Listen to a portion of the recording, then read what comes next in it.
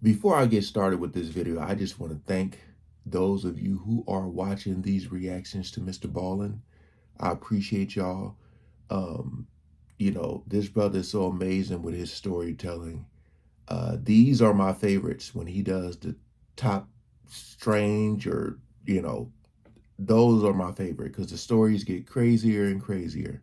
But I appreciate y'all. As always, I'll leave the link to his channel in the description. Shout out to all the good humans, man. All right, so yeah, it says psychic arrested for helping police. Top 3 strange but true. All right, I'm gonna try not to pause. I'll leave my thoughts maybe in between, but if I really need to say something, then I will pause it. All right, so we ain't gonna waste no more time. Let's jump right into it. Today, we're going to look at 3 stories that sound totally made up, but they are all actually true. But before we get into those stories, if you're a fan of the strange, dark, and mysterious delivered in story format, then you've come to the right place because that's all we do, and we upload once a week. So if that's of interest to you, the next time you're over the Like Button's house, sneak into their closet and replace all of their shoe insoles with pudding skins. Also, please subscribe to our channel and turn on all notifications so you don't miss any of our weekly uploads. Okay, let's get into today's stories. That man said pudding skins.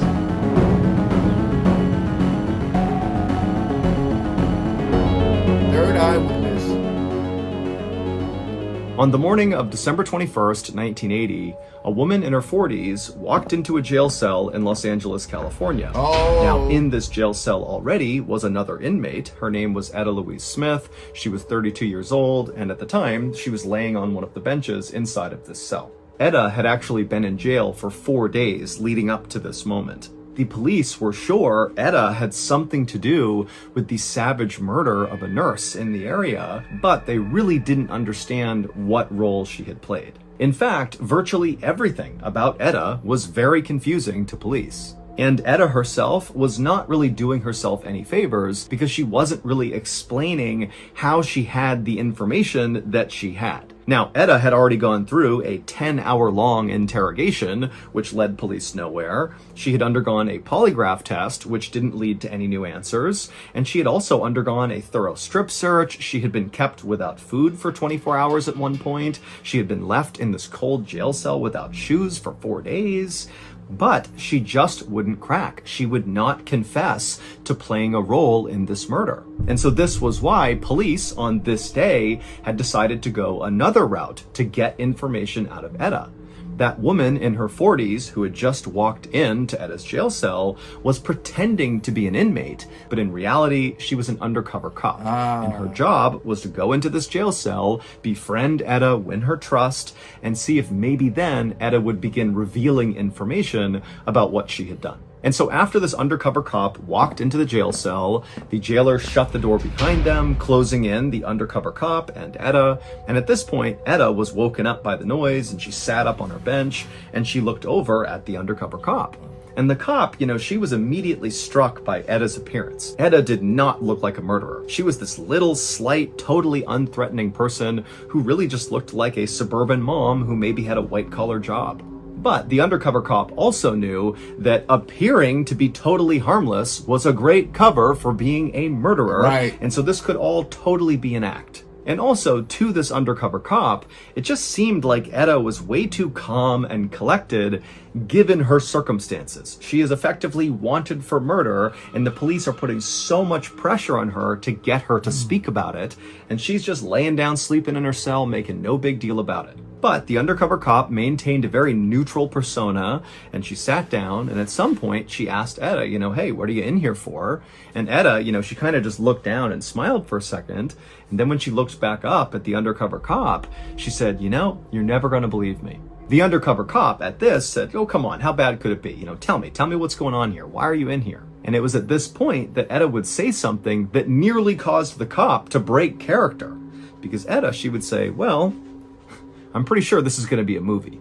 Now, the undercover police officer tried to be as neutral as possible as she's hearing this, but in her mind, she's like, okay, well, I clearly just discovered Etta's motive for being involved in this murder. Etta wants to be famous. She wants this made into a movie where she's the star. At the same time this conversation was happening, in an office within the jailhouse, a police captain was listening in on the conversation between Etta and this undercover cop. And when he listened to Etta talk about wanting to turn her story into a movie, he just shook his head in disgust, because Etta had just brought police to the location of the body of 31-year-old Melanie Uribe, a local nurse who was robbed and savagely beaten to death and then dumped in a canyon behind a bush. Damn. And now here Etta was talking about how she could get publicity around this terrible, horrible crime. It just did not sit right with the captain. And so as the captain was sitting there kind of watching this conversation transpire between the undercover cop and Etta, the captain was beginning to form a theory of what actually happened to Melanie Uribe and how Etta played a role in her murder. His theory went like this. 6 days earlier, the victim, Melanie Uribe, had left for her shift at the hospital in Burbank, California, which is a suburb of Los Angeles, Right. but she had never arrived for her shift. And so when her colleagues had noticed her absence, eventually the police were called and a search was launched to find her. But after 48 hours, the police had not found Melanie and there were no signs as to what happened to her. She had just vanished. And it was at that point, 2 days after Melanie had gone missing, that Etta just showed up at the police station and said she knew where Melanie was. And so the detective who was talking to Etta at the time when she came in and said this, he brought out a map and he said, okay, point to where she is. And Etta had immediately pointed to this area on the map called Lopez Canyon, which was about 25 miles away from Los Angeles. And she would tell the detective that, yeah, Melanie is somewhere right in there. When the detective asked Etta, how do you know this? Etta would say she just knew.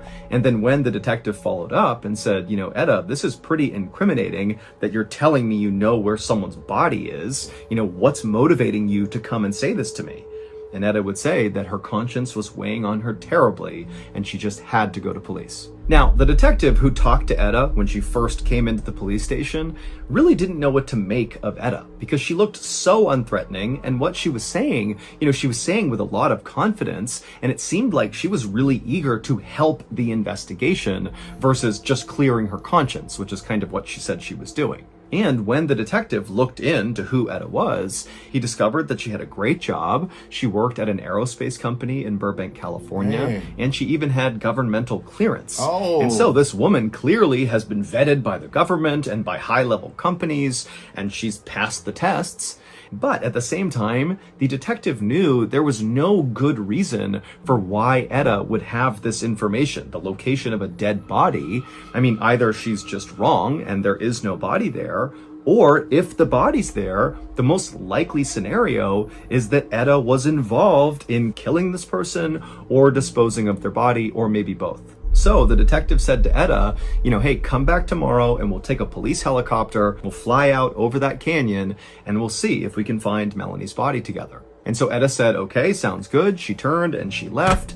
But then just an hour later, Etta came back into the police station with her 2 young kids in the car, and she would tell that detective that she actually just drove out with her kids to that canyon and had found Melanie's body. In fact, she told the detective that her 7-year-old child, who was in the car right now, had been the one to actually find Melanie's body. The detective could not believe this woman, 1, had gone out by herself to do this, but 2, had brought along her kids as well? Like, what's going on with this person? But regardless of how weird this was, the detective immediately rounded up some backup, and with Etta's help, they went out to a particular spot in this canyon, and sure enough, when they got out there, right in the spot where Etta said it would be, was Melanie's badly beaten body. And so it was at this point that the police captain had grabbed Etta and said, you're under arrest. I'm putting you in a cell because there's no way you could have known about this unless you were somehow involved. The captain thought by putting Etta in jail for a couple of days, she'd get scared and start talking. But 4 days had gone by and Etta had not cracked. She had not given up anything beyond telling the undercover police officer that she thought her story that was kind of still developing would likely be turned into a movie. And so the captain really didn't know what to do because at this point, Etta had not actually committed a crime. It was not a crime to find a dead person's body and report it to the police. And there was no evidence that actually tied Etta to the murder. All the police had was the fact that Etta came to them and told them that she knew where the body was, and then they actually found the body. But that's all they had. But the police captain would catch a break on that fourth day because he would receive a phone call that would totally change everything about this case. It would turn out on December 17th, 1983, so the same day that Etta would go into the police station to report that she knew where Melanie Uribe's body was, well, on that day, Etta was at work listening to the radio and filing some paperwork. And as Etta listened to the radio, the local newscaster was talking about Melanie Uribe and how she was missing. And the newscaster talked about how police had found her truck and it was parked on this dead-end street, and that police were searching nearby residences to see if maybe they knew what happened to Melanie. But as of right now, there really was no new leads. They did not know where Melanie was. And it was right around this point that Etta's listening to the news about Melanie that Etta heard a voice in the room she was in. And the voice said very clearly to Etta, "She's not in one of those houses." And Etta immediately, when she heard it, she turned around wondering who the heck was in here, who's talking to her, but there was nobody else in the room. And then it was like immediately there were these flashes of images in Etta's brain that she had no idea what they meant, but it was a succession of a dirt road and then a bush and then something white, a nurse's shoe. And Etta very clearly saw these three images. And it was right then that Etta thought, oh my God, I know where Melanie Uribe is. And so she sat there wondering what to do, and then finally thought, I have to go to police, as crazy as this sounds. And so she hopped in the car and she drove to the police station and she said, I don't know how, but I do know Melanie Uribe is right there in that canyon. But when the police had said, come back tomorrow and we'll go out and look for her, Etta just couldn't wait, and so she had gone with her kids, driven out to the canyon that she had seen in her mind, and sure enough, when she got out there, she found the dirt road that she had seen, then she found the bush that she had seen, and then with the help of her kids, they found the white nurse's shoe, and it was right near Melanie's body. Which meant that voice that Etta heard and the vision she had all been real. The phone call that the police captain received on the fourth day that Etta was sitting in jail and talking to the undercover cop, the phone call that changed the whole case, well, the phone call was from another police officer saying they had just arrested 3 men who were caught bragging about beating and killing Melanie Uribe, and they had confessed and they were now being held in jail. And so clearly, Etta did not commit this murder, and so even though it made no sense that she just knew where this body was, the police had to release Etta the same day, so she was released, and then ultimately the 3 men who confessed to killing Melanie Uribe, they would be found guilty, and they would each be sentenced to life in prison. 6 years later, Etta would sue the police department, and she would win the lawsuit because the jury on that case absolutely believed that Etta really did have a psychic vision that led to the discovery of Melanie's body. Etta would never go on to make a movie about her story, and in fact, when she was asked later on about why she said that during her conversations with that undercover cop, Etta would clarify that she didn't say that she wanted to make a movie, but rather she said to the undercover cop something to the effect of, it feels like I'm living out a bad movie. And so that was kind of misconstrued by police into her saying, I want to make a movie about this. She didn't and has never made a movie and in no way has sought out any fame or recognition for what happened. That has to be extremely difficult, I feel, for like a cop. Because like you probably thinking that this person is cuckoo for Cocoa Puffs.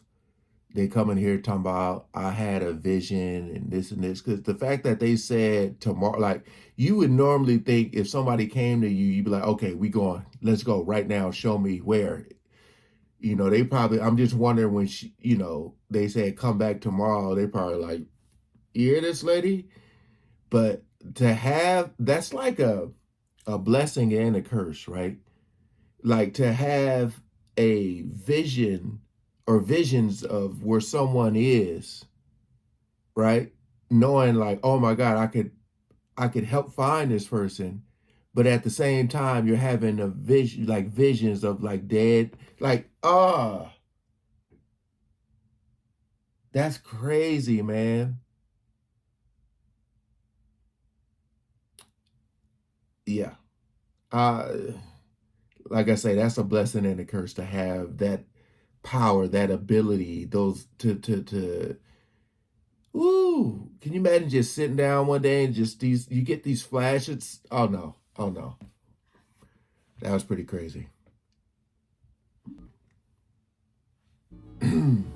Today's video was sponsored by SoFi. Shortly after I left the military in 2017, my family and I decided we wanted to move. And so we went house hunting and found the one we wanted and moved to purchase it. Now, we had bought one other house before, but we used what's called the VA loan, which is a low interest loan for military members. And for a variety of reasons, we were not able to use the VA loan to buy this new house. And so we had to go the traditional financing route. And my goodness, was going through that process totally overwhelming and stressful. But if I had known about SoFi at the time I was doing this, the whole thing would have been a breeze. SoFi is the ultimate finance app that helps you bank, borrow, and invest all in one place. But what really stands out to me about SoFi are their incredible home mortgage loan options for military veterans. SoFi is actually a veteran-led company, which is definitely part of the reason why they care so much about supporting military veterans and active duty military members on their journey towards realizing their financial ambitions, which includes home ownership. Veterans who use SoFi can qualify for perks like lower interest rates, lower closing costs, no mortgage insurance, and also potentially no down payment requirement. So think about joining the over 130,000 homeowners who SoFi has helped get their home loans. Also, SoFi is doing a giveaway where you can have a chance to win up to $50,000 that will go towards helping a veteran pay their rent or mortgage for 1 year. To enter, click the link in the description below or go to sofi.com/winva and then just follow all the on-screen instructions to view your VA home loan mortgage rate. Thank you, SoFi. Back to the stories. There y'all go. Shout out to SoFi. All right, let's see. Two-Faced. Oh, no. On the night of November 7th, 1860, a 51-year-old American politician walked inside of his modest two-story home in Springfield, Illinois. This politician was totally exhausted, but he was also really happy because in his hand he had a telegram that confirmed he had won an election that he had worked so hard for and he wasn't sure he was going to get. And so earlier that night, this politician had been out basically partying and celebrating this huge victory, but now he was totally beat and ready for bed. Once the politician was inside his house, he picked up an oil lamp to light the way, and he walked through his house to his study, where he put the lamp down on his desk. He put the telegram saying he had won this election next to the lamp, and then the politician just collapsed into his sofa to fall asleep. But before he closed his eyes, this politician looked over at a mirror on the wall, and what he saw in the mirror made him gasp, and he sat upright and looked at it like he couldn't believe what he was seeing. In this mirror, this politician was seeing his own face, reflected as it should be, but then next to it was another face, and it was not his. It kind of looked like him, but it actually looked more like a corpse, like a dead person was looking out at him from this mirror. And now here I am thinking Two-Faced, like, you know, they call Two-Faces almost like when you talk behind somebody's back. That's where I thought this was going. Not literally. And so the politician, he stood up and began walking over to the mirror to get a closer look. But as he got closer, the dead person's face disappeared and all was left was his own reflection. And so he's like, okay, I must have been dreaming that, that can't have been real. And so feeling very unsettled, this politician just went back over to the couch and he laid back down thinking, okay, just forget about that, go to sleep. But again, he glanced over at the mirror, and now that he was laying down again, he saw the two faces again, his own and this dead person's face. And at this point, he stood up and rushed out of the room into his bedroom where his wife was. Now, his wife was a very devoted spiritualist, and so the politician thought maybe he could tell her about what he saw in the mirror, and she could interpret it and tell him what it meant. And so he sat down and he told his wife about what he had just seen, and she would sit there for a minute pondering what her husband had just said, and then her expression on her face just totally changed. She went from intrigued to very upset, and in a quivering voice, she would tell her husband that what this meant was he would serve honorably in the office that he had just been elected to for one term, he would get reelected, but he would not survive the second term. Now, when the politician heard this, he immediately rejected it. And he said to his wife, there's no way that's true. I probably didn't even see a face in the mirror. I'm probably just so tired, I imagined what I saw. So let's just forget about it. But his wife was not consoled, and she fell into his arms sobbing as if he had just been diagnosed with some fatal illness. And over the next several days and weeks and months, this politician's wife continued to be so upset about this potential death omen that the politician had apparently had, even though, again, the politician is constantly telling his wife, come on, like, there's no way that's actually going to happen. And sure enough, over time, the politician's wife did sort of stop being so scared all the time that her husband was going to die, and the politician himself, he just kind of forgot about what he had seen in the mirror that night. And so he would go on to serve his first term in this elected office. He would be reelected for a second term. And then during his second term, on April 14th, 1865, this politician and his wife were out at a play in Washington, D.C., and during the last act of the play, a man named John Wilkes Booth famously snuck up behind Abraham Lincoln, who was this elected politician. He was the president of the United States in his second term. And John Wilkes Booth shot Abraham Lincoln in the back of the head, killing him. And so Abraham Lincoln would indeed not survive his second term, just like the mirror death omen had predicted. Abraham Lincoln. So that, I feel like where did I hear a story about Abraham? Was it a different one from Mrballen or something? Boy, these things be like creepy crazy when people be having like, dang, where did I hear that? I can't remember. Peak experience.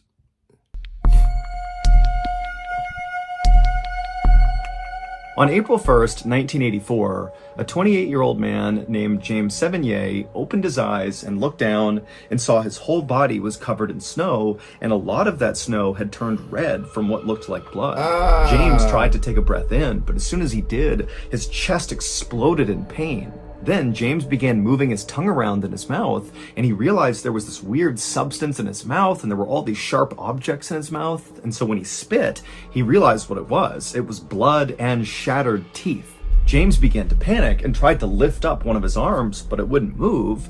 And then when he tried to move his other arm, it did move, but that little movement hurt so bad he began crying in pain. So James is dealing with this blinding full body pain that he has no idea what it came from. He's looking around and he can barely understand where he is or what happened. But then James looked up kind of right behind him and he saw this enormous snow-covered mountain. Now, James had no idea what mountain this was, but in his head, he thought, I must have attempted to climb that mountain. James was a self-described climbing bum, which really just meant he lived out of his car most of the time and traveled all around the world, seeking out the most dangerous mountains in the world for him to climb. And so as James was racking his brain, trying to remember what happened, suddenly it all just came flooding back. He remembered he was here in the Canadian Rockies with his best friend, Richard Whitmore, and the two of them had attempted to climb this particular mountain. It was an 11,000 foot tall mountain called Mount Deltaform. And James remembered that as they were making their way up this mountain, they were hit by an avalanche. Now, James didn't really remember what happened once the avalanche hit them, but it would turn out he had fallen, along with his friend Richard, about 140 stories as this avalanche carried them down the mountain. For reference, that's taller than the Empire State Building. So this is a massive fall. And so as James is remembering that avalanche, he began looking around frantically for his friend Richard, hoping that maybe he was okay and nearby, and they could work together to get out of this situation. And sure enough, at some point, James looked over and he saw there was a crumpled figure kind of lying in the snow that obviously was another person. And so James instinctively tried to sit up to go over to his friend, but as soon as he attempted to do that, he felt the blinding pain in his body. I mean, he is totally wrecked here, and he couldn't stand up. But James really wanted to go see his friend, so he kind of rolled over, and through the pain, using his one good arm, he crawled his way over to Richard. And for a second, he thought maybe his friend was alive, that he too had survived this epic fall.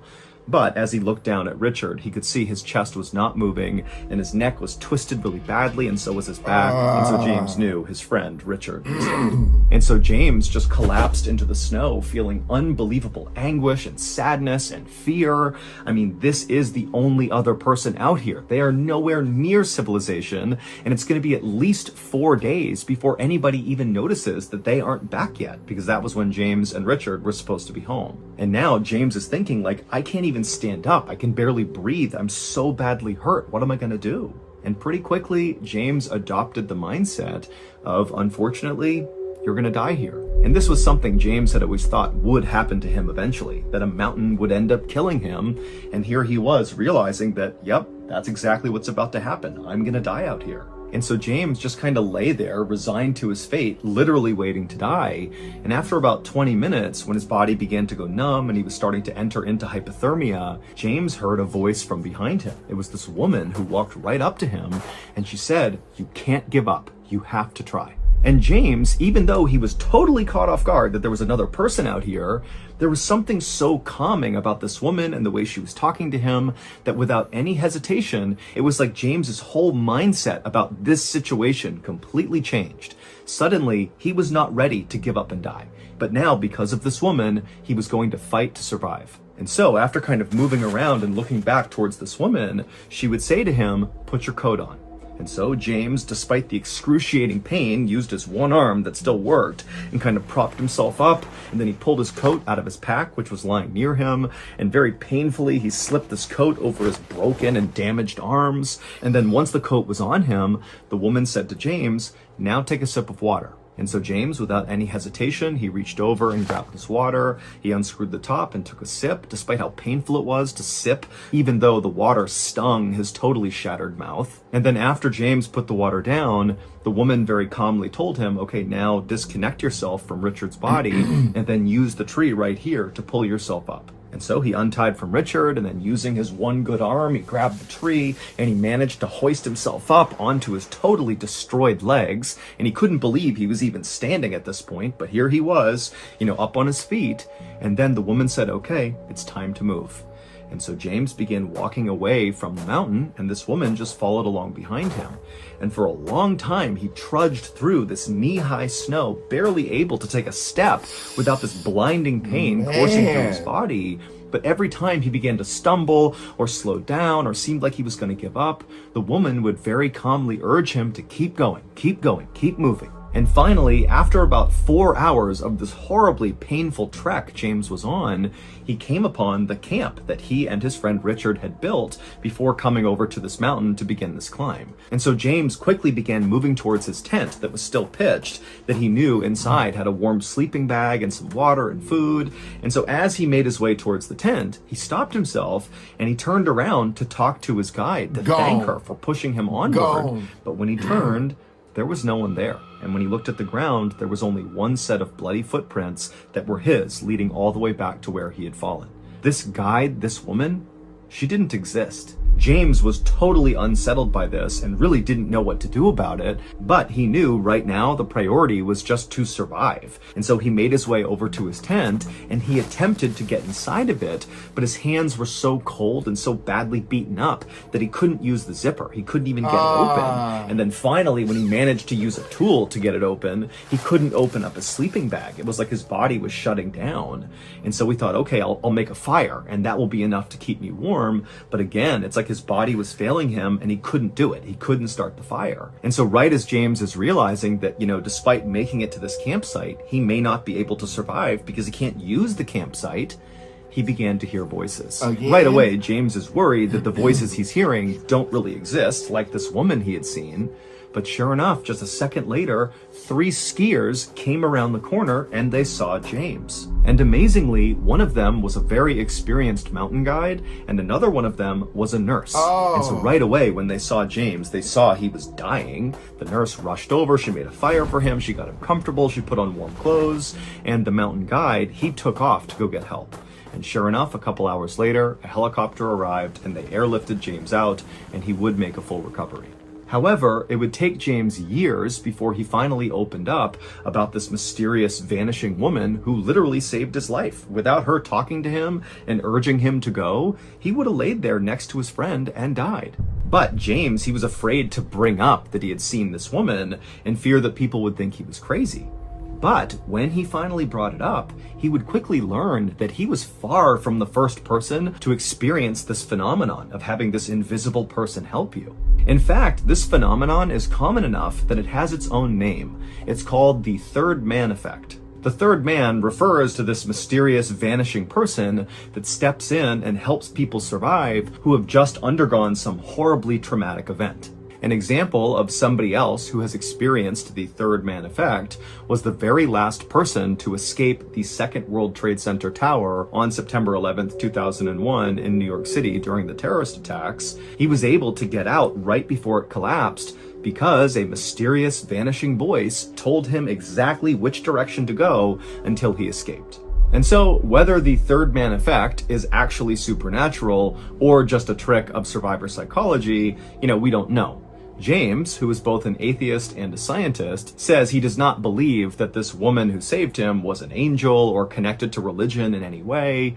Instead, he just said, it was a presence that I needed at the time that saved my life, but that is the extent of my understanding. Man, I've heard about some things like that, like people, normally, like if you see it in a movie, it's like, it's someone you know. You know what I mean? Like people be trying to like survive, and right at when they feel like they about to go, it's either like a wife that passed away, a sibling, a child, just something, and they get like this strength out of nowhere. These stories are pretty crazy, man. Shout out to Mr. Ballen. Appreciate you guys coming over and watching. Those of you who do. Wow. These are my favorites, man. The strange but true ones, man. Hope you guys don't want to say enjoyed, but just appreciate y'all coming over. Peace out.